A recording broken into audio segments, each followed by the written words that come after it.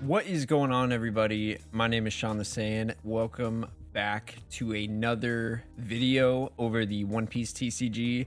Today we're talking about the Uta starter deck, which has been out for a couple of weeks now. It's been like 2 weeks since it's been out, and it won a regional in Japan, which is crazy. But the deck is really fun. I've been playing it pretty much. That's pretty much been my main deck the last 2 weeks, and I've been having a ton of fun with it. If you've played Green Kid, it plays kind of similar to that, but the deck is super fun. I like it a lot, and I like to see green get more support, which is always awesome because yellow is kind of like the menace right now. There's a lot of yellow hate out there, and some of it's justified with the triggers and the relying on luck. So it's nice to see kind of a change of pace come up with this starter deck, and it seems like a lot of people really like it. So in this video, I'm going to kind of break down just how to play the deck, different strategies, what you can put in the deck. I got 2 deck lists here in this little slideshow that me and a buddy put together, and just kind of talk about it because I think it's a really fun deck and it's pretty easy to find. I've come across a decent amount in retail, and they're like MSRP is like 12 bucks. So if you're new to the game, this is a great deck to start off with. I think Film is a ton of fun. It's pretty beginner friendly. So I know Bandai kind of fucked up they kind of dropped the ball with the promo packs being sent out in March instead of February. So a little let down by that. And just for that reason, I'm not including any of those promo cards. I know later on I'll probably make an updated deck list with those promo cards because some of them are really strong. But if you're new here, please like and subscribe. I have plenty of more One Piece content on the way, especially for beginners. But without further ado, guys, let's get into the video. If you don't know what Uta does, she's Dawn 1 when attacking once per turn. Reveal up to 1 card from the top of your deck and add up to 1 film type card from your hand. Then place the rest at the bottom of your deck. So this deck is 80%, like more than 80% film. So your chances of whiffing are not very high. Like there's a really high chance that you're going to get it every single time. Again, we're going to get into it a little bit more, but the chances of you whiffing on this effect is not very high. So here's the deck right here. I'll kind of start from the top left all the way to the bottom left. So in the top 4, we have our 2K counters. We have the choppers right here that we are running. You're never going to play this card again. If you played Film Kid or Film Dofi, you probably ran these. They're just 2K counters. I think I might have played them once in my turn, but if you're really desperate, you'll play it, but otherwise you'll probably never play it. So just 2K counters. So they're searchable through a lot of things. They're searchable through Nami. They're searchable through a couple of the other cards here. And obviously they're searchable through Uta. So, and then we're running 2 Laws, which Law is an okay card. I think I'm going to maybe take it out. I think when we get OPO6 and OPO7, this deck's going to get a lot more support. So that's a card that potentially will probably get subbed out as well. But it's a really good turn 2 play, and if it's activate main, you put it back into your hand, and then you can play a 3-cost character. So you could potentially play 2 3-cost characters on your second turn if you choose to go second, I believe. But yeah, it's just okay. I don't justify running 4. I think 4 is way too many, but it's also a 1K counter, so I think that's a good reason why we're running it. And we have 4 Izzos, which are 2K counters, and it's on play. It's rest up to one of your characters with a cost of 4 or less. So that on play is really good. It's kind of like, it's a little bit stronger than the chopper because I think its on play is a lot better, but I don't normally play it. It's just here for the 2K counter. And really, the Dofis and the Kids are the only cards that you kind of hate to see sometimes, because when you do searches, mainly with Uta, because I mean, there are plenty of times where you'll whiff with an Izzo. So that's really the only downside to this card. Other than that, it's a solid 2K, and I think you should run it. And then we have the newer card. We have the 3-cost 4K Uta blocker, which is really strong. And basically what makes this card really good is it's activate at the end of your turn. You can trash an event and set up to one of your film type characters as active. And we'll go a little bit more into that further down the slideshow, but there's a lot of possibilities with that card. And then we have 4 of the 3 cost Usops. It's just a 3 cost 5k vanilla. It's searchable, it's film. So it's good. It's good to play, and it's better than playing like the Jinbei because it's just stronger. But yeah, it's just a 3 cost 5k vanilla, but you gotta have it. Again, this deck is 80% film. And then we have the most expensive card, and the card that pretty much is like one of the main cards for this deck, and that is the Nami, which is a 3 cost 5k. And it's on play / when attacking, you can pay 1 Dawn, look at the top 3 cards, and grab a film card from it. And honestly, I almost never whiff with this card. I say that, and then it's probably going to happen after this recording, but the chances of whiffing with this card are not very low, because 3 compared to Uta's 1. But I mean, yeah, I mean, if you're swinging with this every single turn, and you're doing the effect, you're getting so much value for it, and you're just getting so many cards in your hand. Because for anybody who's new and watching this video, who's new to One Piece and is just kind of wanting to understand the fundamentals a little bit better, card draw in this game is extremely powerful. I mean, the more cards that you have, most decks, the more cards that you have in your hand are really going to help you out and put you ahead of your opponent. But it also can save you in really tight situations. Now, there's no counter on this card, but it doesn't need a counter because it's just already really strong. And again, it's searchable. You can't go Nami into Nami, but you can search it through Uta and plenty of other cards in this deck. So yeah, Nami's, you got to have it. This is one of the few cards that does not come in the box starter deck. The box starter deck is like 80% reprints from OPO2, which kind of threw me off a bit, but yeah, you got to have the Namis. They're very vital to this deck. And then we have 4 of the 4 cost Brooks, which this card's really good. It's on play up to 1 character from your hand, 3 cost or less film type. So again, once we get further down this, it's going to make a little bit more sense. But let's say you don't have the 7 cost Luffys. You could play the Nami, the Usopp, or the Uta. So you have a lot of options. And I mean, even the Laws or the Choppers if you're in a really desperate situation. So this card's really good, and it's good to include in this list. And it's one of the more powerful combos in this deck that we're going to get into here in a little bit. And then we have 4 6k vanillas. Zoro doesn't have any on plays or anything like that. It's just there to be film. It's just there to put more pressure on the board. You know, it's not as good as, and it's not as powerful as some of the other cards on this deck. But I mean, let's say you don't have the Brooks or anything, and you could go Luffy into Zoro and play that combo. So it's still really good. And again, it's a 1k counter. So worst case scenario, you can use it for its counter. And then right here, we have the 5 cost 7k Frankies, which are just a vanilla. But again, just more pressure on the board. I don't feel the need to run 4. I think 2 is fine. I think 2 is kind of the sweet spot for these 2. It's really just pressure on the board, and it's also counter. So, and it's searchable. It's good for what it is. Sorry, we are running 4 of the 7 cost blocker Luffys, which I think these and the Namis are probably like the 2 most important cards in this deck, without a doubt. Because the Luffys, what they do is it's on play. You can play up to 1 character with a cost of 5 or less, I believe, from your hand onto the board. So, and it's a blocker. So what you can do with this card, and the holy combo for this, and we'll again get more into it, is you go Luffy into Brook into Nami. But if you don't have a Nami, you can go Luffy, Brook, Usopp. And if you don't have an Usopp, you can go Luffy, Brook, Uta. So there's just a lot of potential with this card, and it's one of the most important cards in the deck, and it's a 7k blocker. Of course, you got to run 4 of them. And really, like early on, if you don't have it in your starting hand or you don't draw it your first couple of turns, you're really just trying to go for it. You're really just trying to grab it with the Uta effect or the Namis. So, but your chances of seeing it are really high because we're running 4 of them. And with all the draw power that you're getting with this deck, this card's insanely good. So definitely want to run 4.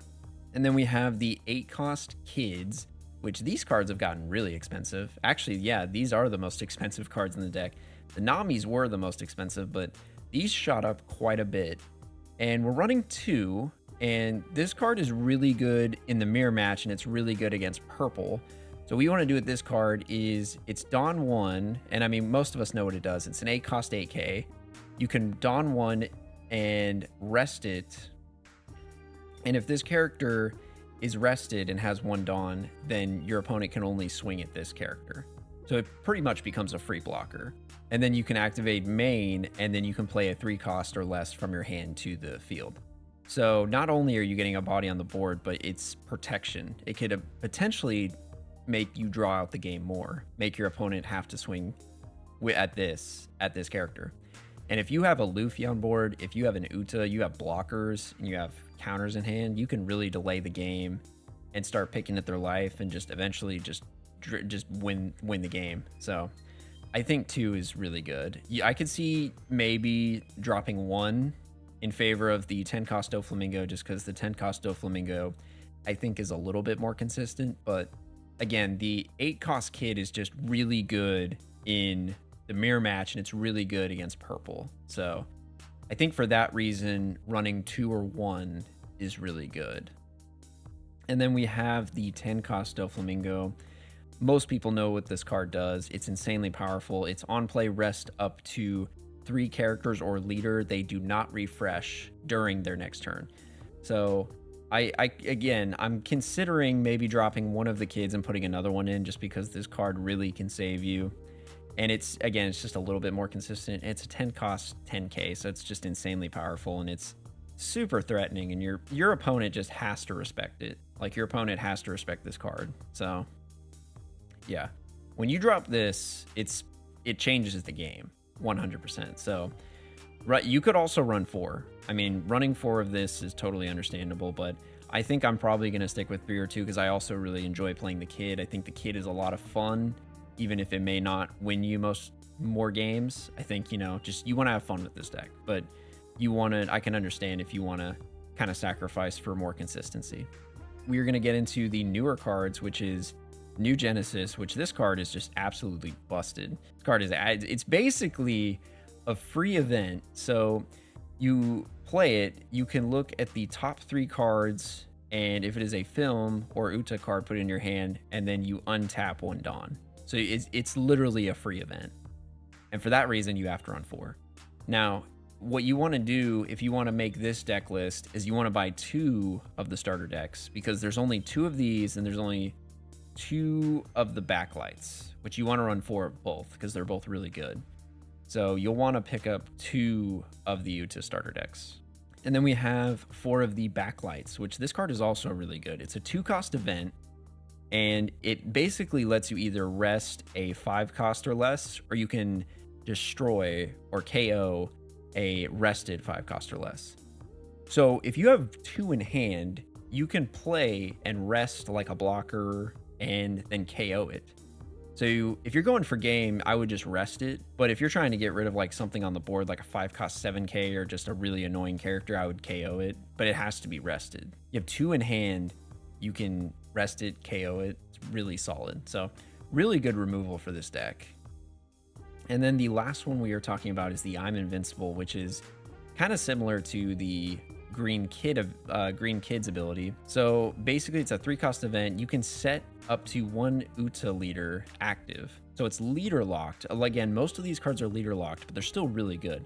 What you can do with this is you could potentially go for game. You could potentially do 2 12k swings. If you put all your Dawn, if you put 7 Dawn on Uta, and then swing for 12 and then swing again. If your opponent is at 1 or like 0 life, you could go for game easily.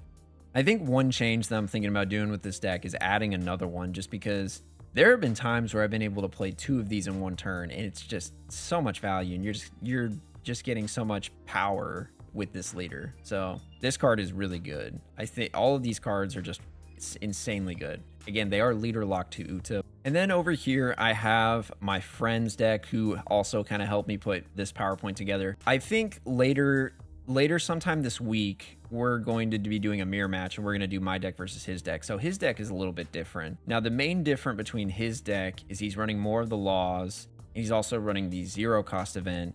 It's a 0 cost event. You trash a card, and it gets plus 3,000. Because the thing about this deck is there's not a lot of 2Ks in it. That's like one downside to it.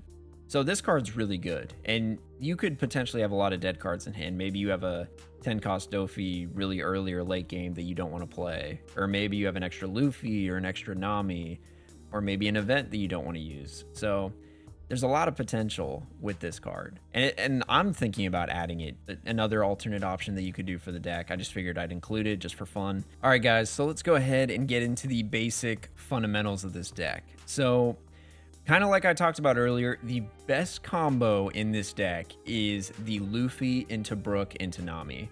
If you can pull that off, then you're pretty much set for the next turn. You've set your board, and you have a lot of ways to protect yourself.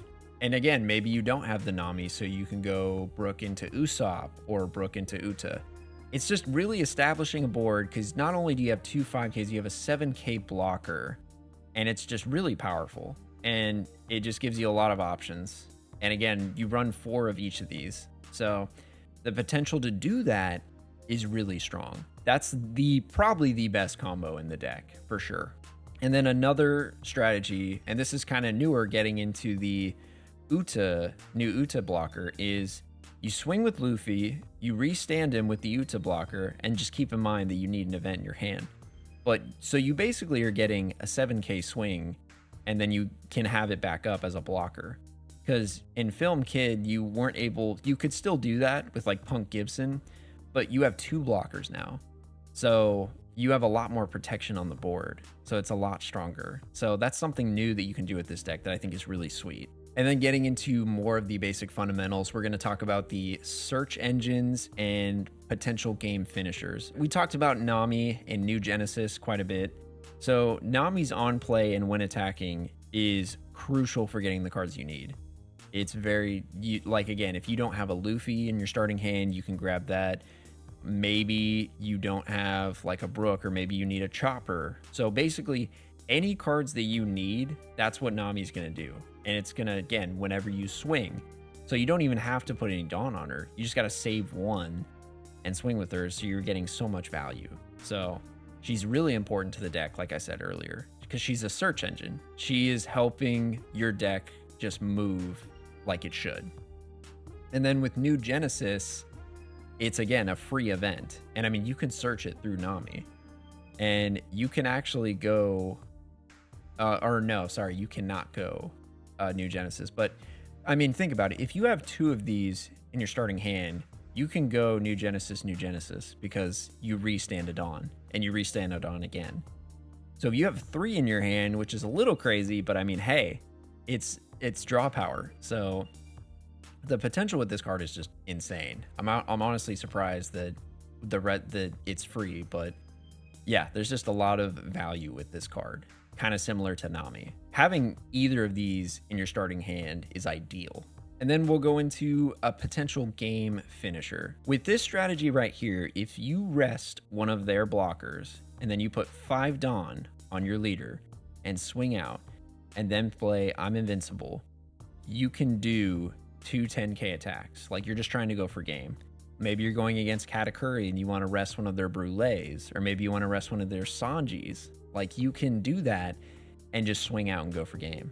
The thing that you want to keep in mind is I think you want to swing with your leader first, because some triggers that you want to watch out for, like beige, and then if they play beige, they're probably going to go after that's not rested. So that's the thing that you want to kind of keep in mind against yellow, because overall I'd say this deck has a pretty good matchup into yellow, but you do kind of have to watch out for triggers like that. Is you got to play around their triggers. More than likely they'll probably go after whatever is standing. This combo right here is really strong. And then let's go ahead and talk about late game. So late game cards with these 2, I call them boss characters, like in Yu-Gi-Oh! Boss monsters, but yeah, they really are the boss characters because they're just so powerful. Doflamingo could potentially stop 3 attacks for 1 turn. So with that being said, it's a really strong card and it can save you. There have been times where, you know, maybe I'm playing against like Katakuri or Big Mom, and I play the Doflamingo and rest all of their stuff.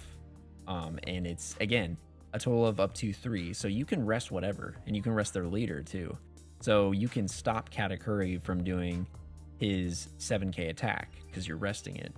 So there's just a lot of potential with this card, and it really is a lifesaver. So, and it's powerful. It's a 10 cost 10k. So next turn you're swinging with a 10k.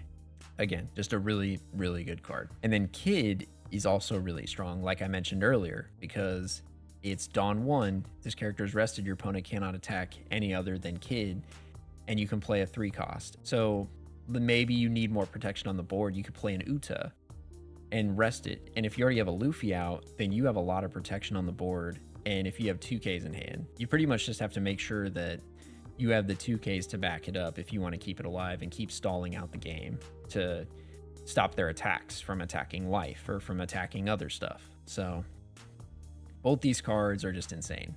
And again, like I said earlier, the Doflamingo is a little bit more consistent, so I can understand maybe if you're leaning towards that more than the Kid. But I think the Kid is really good in the mirror match, and it's really good against purple, like I said earlier. So if you want to add some variety to the deck and kind of make sure you're covered in terms of all different kinds of matchups, I'd say adding the Kid is probably worth it.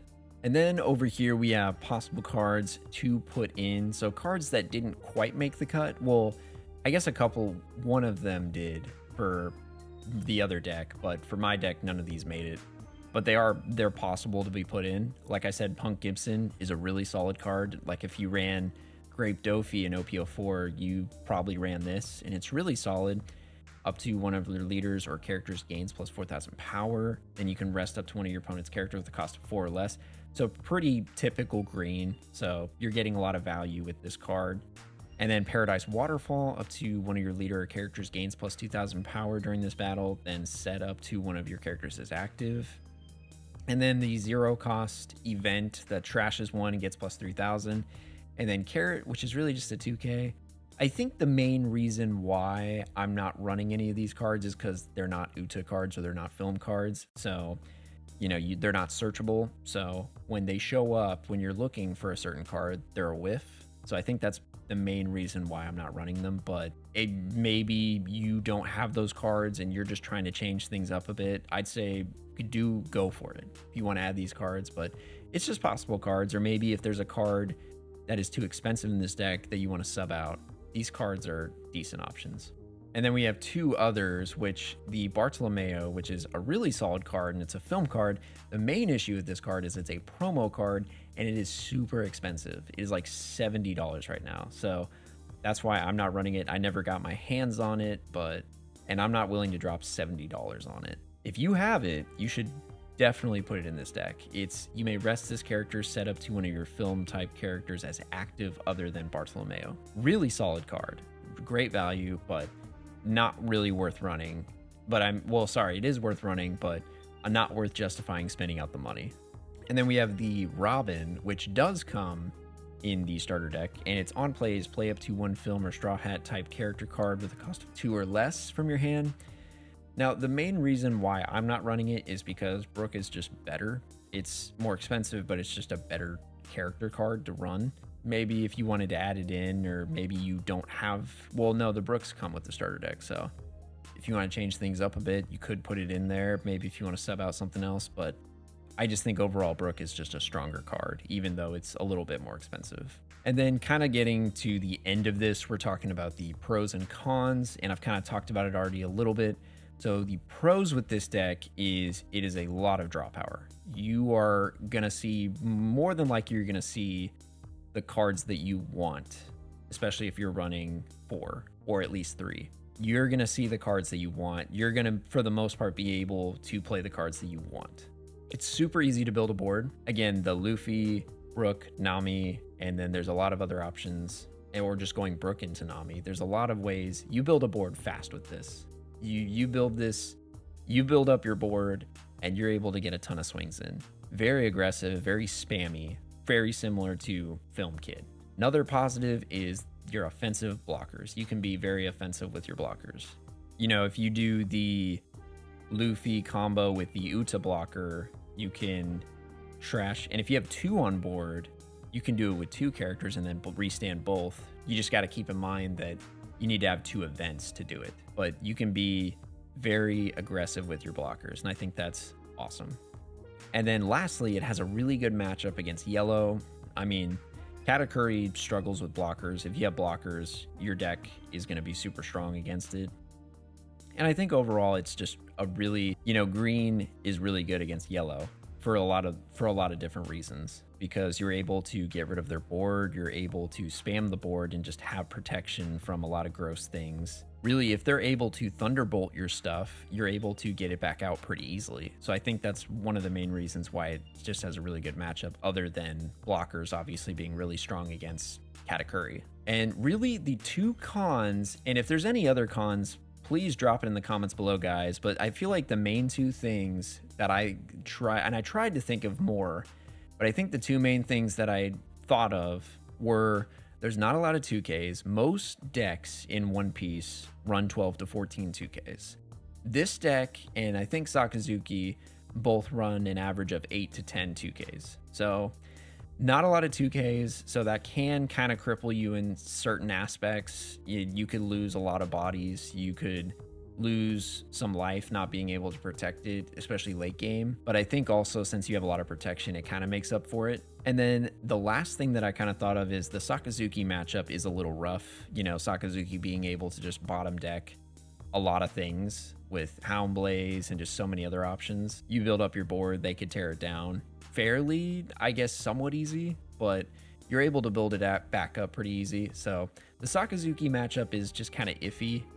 I don't think it's necessarily impossible, but it definitely is something that you kind of need to watch out for if you're playing in locals or in a tournament and you're using Uta.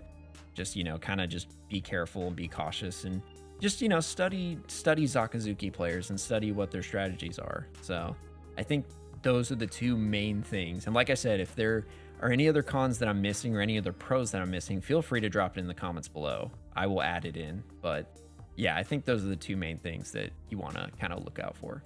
And that's pretty much it, guys. That is pretty much the little kind of guide to the Uta starter deck. Whether you're wanting to play this, like main this deck, or you're getting ready for the Uta event at your LGS, just keep in mind with that event, you can only do the box. You can only play stuff out of the box. But this is just kind of like an overall just view of the deck. And I think it's a super fun deck. I think it's awesome to see green get more support, especially in a Sakazuki and yellow heavy meta that we're in right now. I think a lot of people are kind of sick of it. They're kind of wanting something different. So it's nice to see a change of pace, and I really enjoy green as a color. I think green is a lot of fun. But that's pretty much it, guys. I hope you enjoy this. Let me know in the comments below what you think of the Uta deck. If you've gone to any of the Uta events, and if you've won, let me know any other strategies that you think of. Please like and subscribe. I have plenty more videos coming out. Until next time, guys.